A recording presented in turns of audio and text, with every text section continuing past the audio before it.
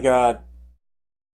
Again, I mean this, when I'm going to say this is, if I ever find this Jigglypuff, I am going to kill it or something. I don't know how you're going to, like I would say strangle, but it doesn't have a living neck, so I don't know how that will work.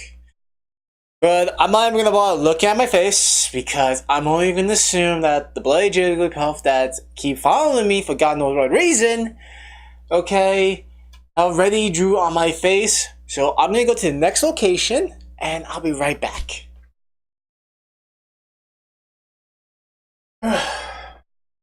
Okay, well, I'm hoping now the Jigglypuff will not find me here.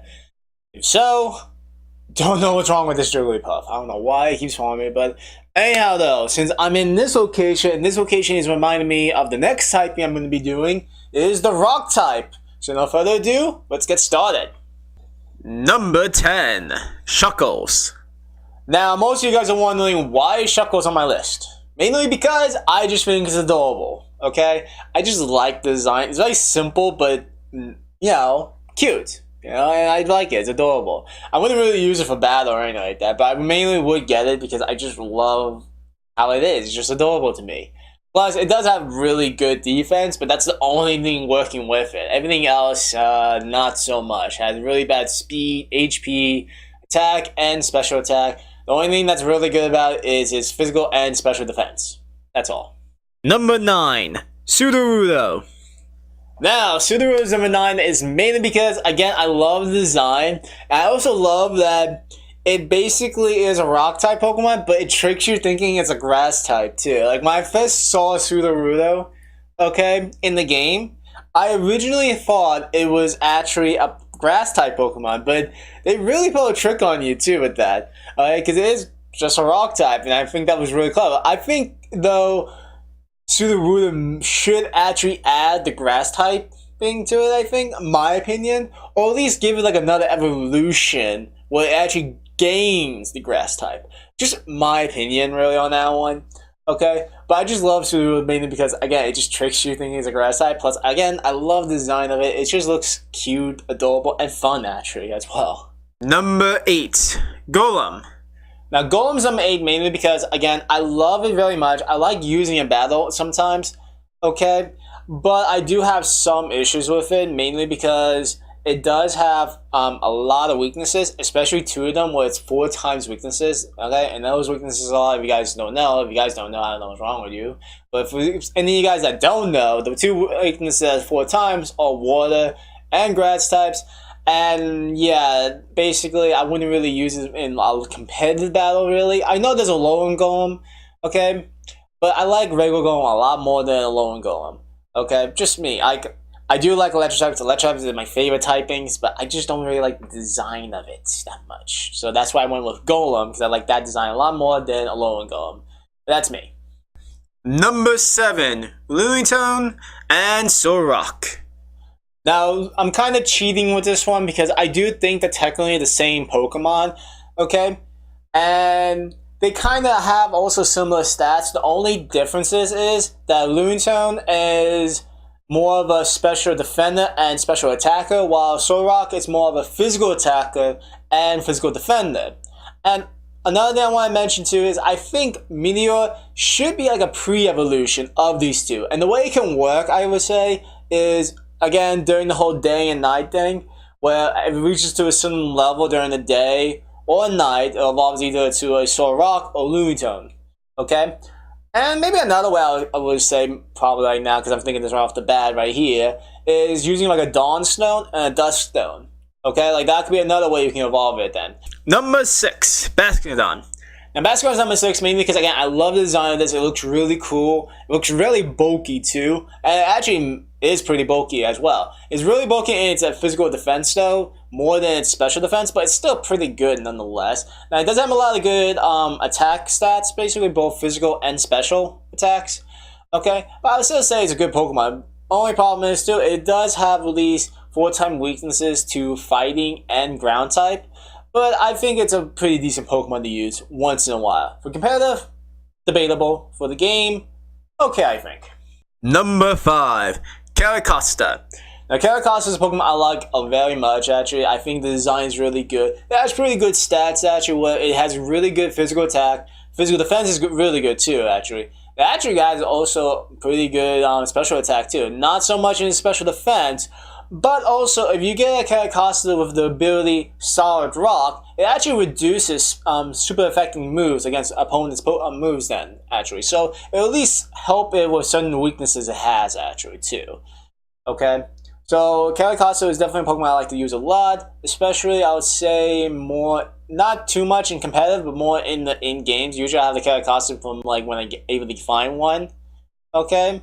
I usually just keep it in my team once for at least a good while until something better comes along. Number 4, Crustle. Now, Crustle's number 4 mainly because I do like the design, that's one thing. I always, again, most of my choices in these lists I'm doing is mainly for, like, designs, too. But also uses, like, usefulness, actually, I would say.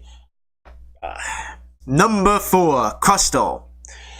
Now, Crustle's number 4 mainly because not too much on design. Even though most of the Pokemon I've been choosing is mainly design choice, but not because of their design too, but also their usefulness. But for Crustle is a little exception, I guess, because again, the design's not that bad. I do like it, okay, but there's not too much. If I was gonna do like by looks alone, I'll probably put Crustle at number, say 9 for just looks, okay.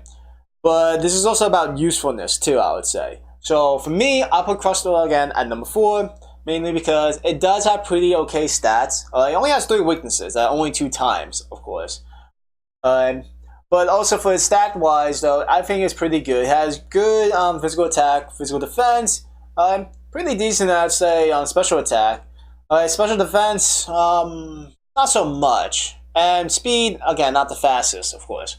But if I was going to also get a Crustle too, I'll probably get, like, for his nature at least, something that focuses more on special defense and maybe less on special attack or speed or something like that. So that way it can be at least a little more bulkier. Okay? But that's how I would use it. Okay? As well as, again, I usually use my Crustle, okay, mainly for the gameplay. And sometimes for Pokemon competitive battles too, once in a while, depending on like how I'm gonna do it. Because sometimes I like to do like either like a full-on rock team or bug team. Basically, if I was gonna do something like that, I probably would choose Crustle a lot then. Okay, but it's not bad. Number 3, Gigalith. Now Gigalith is number 3 mainly because again I love the design of it. It looks really cool. Okay, and I love how it looks, especially with his shiny too, where it gets like that blue crystal then. And I think the blue crystal suits it a little bit more than its original counterpart, actually. Okay, as well as I think it's also pretty good in battle too. It does have a lot of weaknesses, unfortunately, but I just like it very much. I do use it a lot regardless if it has a lot of weaknesses, I would say. Okay, and I would usually get a Gigalith with the ability Sand Force. Okay, I know I can get one with Sandstream where it summons a Sandstorm, okay, but unfortunately they can only have one ability. So if I was going to basically use a Gigalith, I'll most likely have a Pokemon that knows like maybe like Sandstream or something like that, the ability, as well as maybe another Pokemon that can use Sandstorms too. So that way I can use the Sandforce ability where it increases certain moves then, and that way its attack powers would be at least a little bit more of a boost. Number 2, all forms of Lycanroc. Now, most of you guys might be thinking that I'm kind of cheating with this one, and I won't really disagree too much, mainly because it's just, for me, really hard to pick one of these 3. But if you guys at least have to make me pick in like 2 different ways, okay, I would say for looks, I like Midday form, mainly because, okay, Rockruff looks like it definitely evolves into that, and it really suits it in that way. And I just like the design of the Midday form a little more than the other 2. And for battle-wise, I will go for the Dusk form, mainly because it has a lot of good like things about its stats right there, as well as with its ability Tough Core, where it boosts certain moves again. And yeah, I usually use the Dusk form a few times in competitive battle. Number 1, Aerodactyl. Now, Aerodactyl is a Pokemon I like very much because it looks so cool, but also I love its stats too. It has really great physical attack and speed. Now, special attack is not really good, but also it has pretty good, I would say, physical and special defense as well. Okay, but also I love his abilities it gets too with one of Rockhead. Okay, and Pressure, and with Rockhead, if you guys don't know, protects the Pokemon from recoil damage, and that's very useful right there because you can actually give or it learns Dracometeor. Okay, well, Dracometeor does do recoil damage, and with Rockhead, it protects it from recoil damage. So you can get the full effect of Dracometeor or any other attacks that have recoil damage, but of course, with Rockhead, it protects it from it. Okay? And its other ability, Pressure, well, the opponent uses twice as much PP, okay? And that's very useful too, right there, I would say. But also, if you want to take Aerodactyl to the next level, because I don't normally do that, but I do it once in a while, okay? But if you guys want to take Aerodactyl to the next level too, right? If you Mega Evolve Aerodactyl to Mega Aerodactyl, of course, it gets a boost in its stats, as well as gains the ability Tough Claw, where it does a lot more damage as well, I would say.